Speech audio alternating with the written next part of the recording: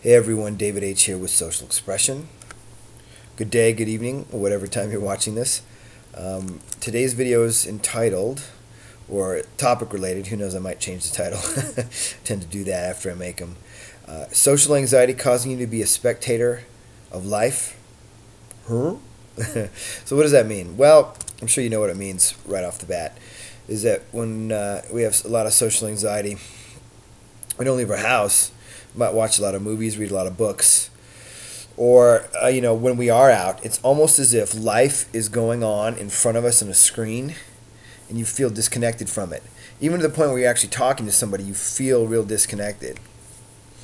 And I think it's a really, really interesting way to look at it. And I think part of our culture, with a lot of TV and a lot of spectator sports, don't get me wrong, I like to watch spectator sports and whatnot too, but if you're not doing it in a way that you're actually engaged in your life and doing it, doing things, to kind of avoid and create could almost be like a fantasy life in certain ways, and you know what I'm talking about, then that's when we get into trouble. That's when we get into problems. So there's a really cool phrase and concept called getting all the way in.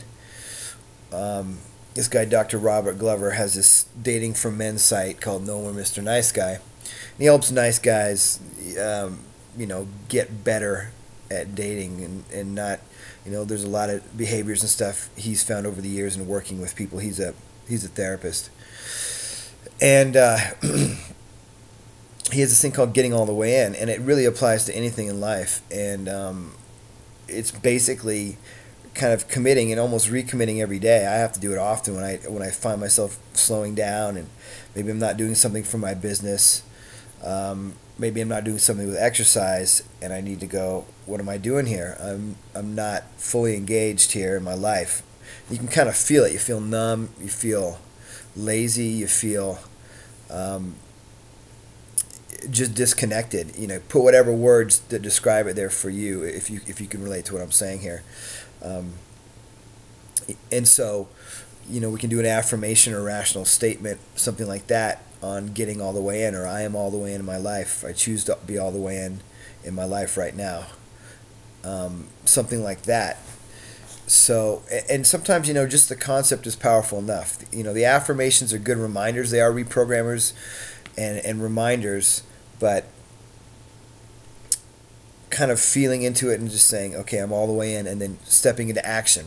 Whether that action is to start therapy, get back into therapy, get an audio series for overcoming social anxiety if you're already doing it, to go into your behavioral hierarchy, exposure therapy. What are you doing however many times a week you can to kind of expand your exposure to situations that you find more difficult, staying on track with that.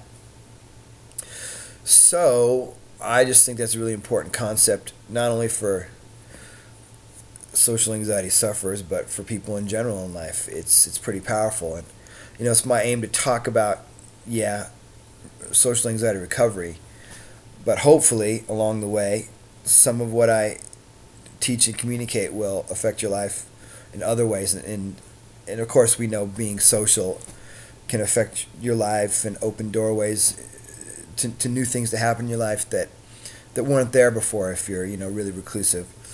But certainly there are people that don't have social anxiety that aren't all the way in their lives often.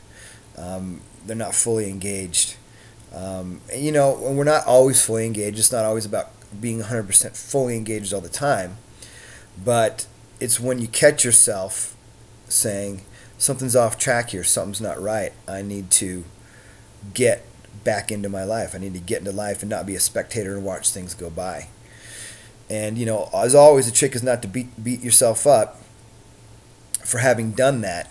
It's to kind of accept it, forgive yourself for doing that. If you take it to an extreme level where you're really beating up on yourself, you need to forgive yourself and let that go, because that doesn't do any good in the long run. It might help a little bit if you whip yourself to get into action, but what's going to happen is you're going to create a real pattern of reward and punishment, and that's something we want to avoid. Okay, we want to be more non-judgmental, not judging ourselves for taking responsibility for actions, consequences of the actions, but not creating all this guilt for ourselves. So a little sidebar there on if you aren't all the way in, don't go cracking yourself with a whip on your back, as it were.